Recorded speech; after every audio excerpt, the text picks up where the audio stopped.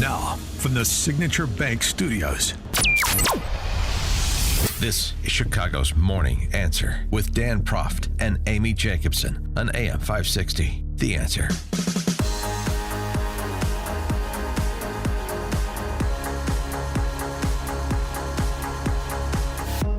Top of the morning, Dan and Amy. Wanted to get this in because we didn't get to it on Friday, even though we're past the 80th anniversary of D-Day. It's still appropriate. A listener said, I want to give a shout out to my 99-year-old grandfather, Bob Peterson of Zion, Illinois. He served in World War II, Navy, not D-Day, but was still thinking of him on the anniversary of D-Day. He's still alive and can recall everything about the war like it was yesterday, and he speaks better than by any day of the week. That is a low bar. It is, and you're remembering the heroics of all of the men and women who've served this country, including on D-Day. We had some heroics over the weekend in the Middle East. The Israeli commandos that staged a midday raid. Awesome. And were able to overwhelm Hamas terrorists and rescue 4 hostages being held by Hamas and Hamas allies. It was the description. Wall Street Journal had a pretty detailed description of it. The 11:25 local time on Saturday, Israeli military's chief of staff was watching the Situational Command Center, gave the order to go. The Israeli teams overwhelmed the captors, hunkered down in 2 apartment blocks in Nuseirat in the center of Gaza, Israel's military later said. The teams came under fire as they left the buildings, leading to a street battle before the soldiers extracted the 4 hostages via helicopters on the beach. 1 Israeli officer was fatally wounded. The Israeli military said about 100 Palestinians were killed or wounded, including Hamas militants and civilians caught in the crossfire.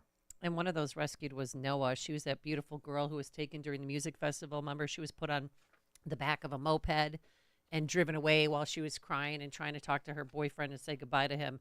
She was stuck in a civilian home, too, and she said that they would open the door without knocking all the time to call on her to clean. And she was washing dishes when suddenly she heard a scream from the living room, and she noticed masked men who told her they were IDF forces. And she thought at first that they were trying to figure me out, and I didn't move. And then she couldn't believe that they were coming in to that home where she has been, held hostage to rescue her.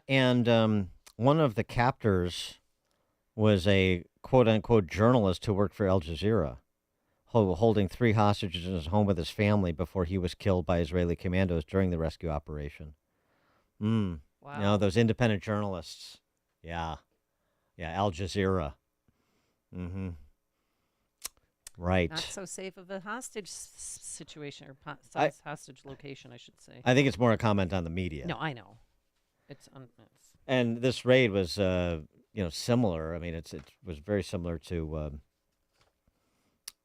just in terms of the feel of it, very similar to the Entebbe raid to free hostages in 1976, by Israel, I mean. For more on all of this, particularly because these wonderful global institutions that we're so proud to be a part of or allied with, UN officials and the European Union foreign policy chief condemned Israel. Egypt condemned the operation, quote, in the strongest of terms. Right, how dare Israel rescue its citizens? And we're supposed to take these institutions like the UN seriously? We're supposed to even participate with them? Why? For more on this, we're pleased to be joined by Stephen Bucci for our weekly conversation. He served America for 3 decades as an Army Special Forces officer and top Pentagon official. Visiting fellow now at the Heritage Foundation's Allison Center for Foreign Policy Studies. Steve, thanks for joining us. Oh, it's always a pleasure to be on and chat with you, particularly when it's a subject like this, which was a great event and a wonderful answer to prayer for sure. Right. So, but against that backdrop, you have the UN, the EU. By the way, our great NATO ally, Turkey's foreign minister, was meeting with Hamas leader in Qatar. These friends we have, Stephen. Yeah, it's it kind of gets to you. You know, okay, you know, Turkey's a sovereign nation. It's got a different leader. It's kind of changing its tune and its focus. But you know, the UN is supposed to be a nonpartisan, you know, neutral organization, and that really gets to me, especially when they said, oh, well, you know, the story about the UNRWA people, you know, working for Hamas, that was overblown, and they found that there's not even any reason to fire those people. Yeah, and then, you know, this stuff continues when Israel does a hostage rescue, and the various people from the UN sit there, and first they refuse to say they were rescued by the Israelis. They say, oh, they were released by Hamas. Yeah, that's right. By Hamas, all right. Yeah. When they pried them from their dead hands and saved them. You know, it is such a further example of the clear anti-Semitism that resides in the UN. And that's not just from Muslims, by the way. A lot of these people who are making these very anti-Semitic comments and analysis are, you know, they're Europeans. They are not someone that has a religious difference with Israel. They just don't like Jews, apparently, and are trying to put these ridiculous standards on them, like you can't go try and rescue your own people.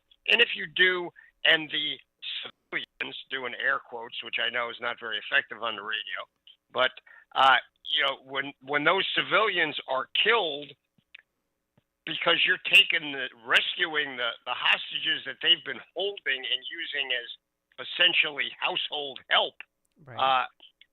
Suddenly everybody's wringing their hands, going, "Oh, this is terrible." Well, the AP headline. It's not terrible. The AP headline. Are you ready for this?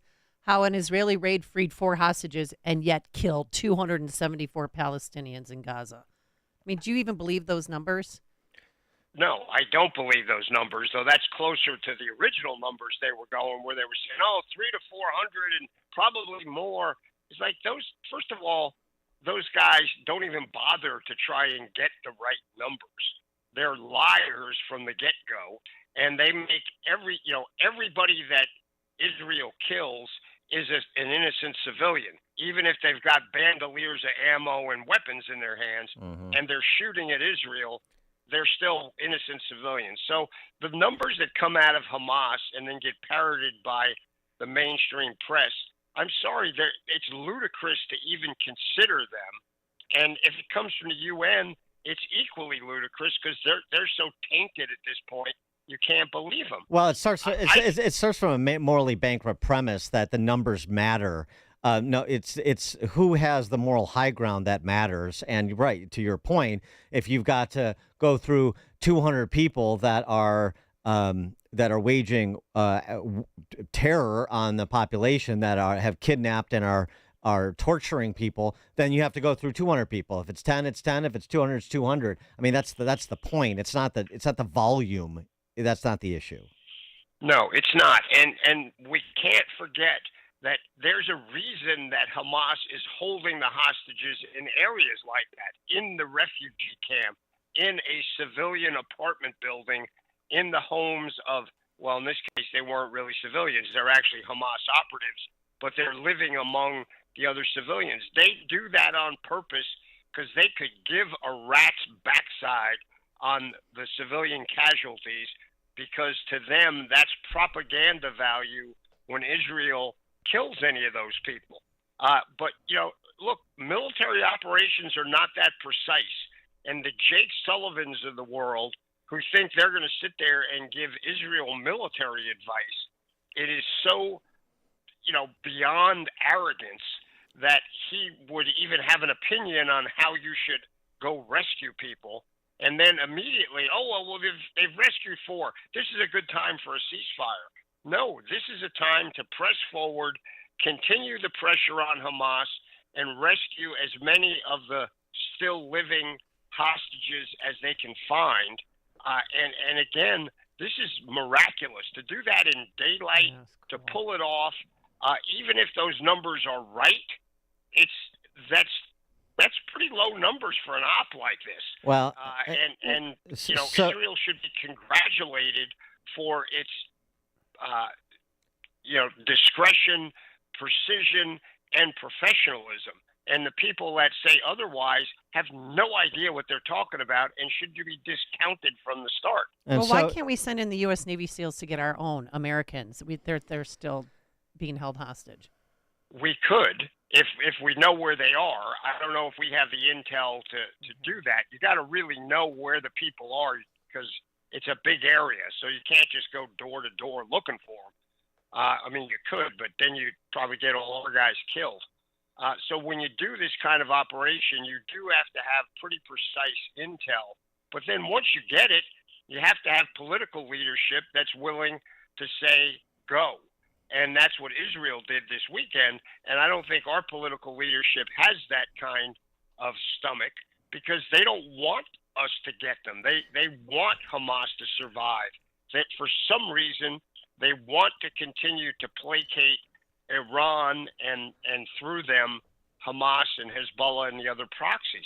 It's beyond me. I don't understand that part. Well, we did get a report. Now it's disputed, but we did get a report that that the United States did provide support to IDF with respect to this commando raid, and mainly in the form of intel. That, of course, the spokesman subsequently denied, but they're not going to disclose what they did or didn't do. So anyway, I mean, there still is. It seems to be, regardless of the dithering of the Biden administration, there still does seem to be U.S. military support to our Israeli allies. Well, yeah, I've heard that report too, and I hope that's true. I hope we're supporting them in every way we can. And to Amy's point, I hope that if we do get intel on the U.S. citizen hostages, that we'll take some action. But I'm not holding my breath, to be honest with you. Well, against the backdrop of this successful raid, we have Benny Gantz leaving the Israeli government over a dispute with Netanyahu, apparently over a prospective what happens next in Gaza after the war plan or the lack thereof. And then after congressional leaders invite Bibi to address Congress next month, Nancy Pelosi said, "I feel it's very sad that he's been invited."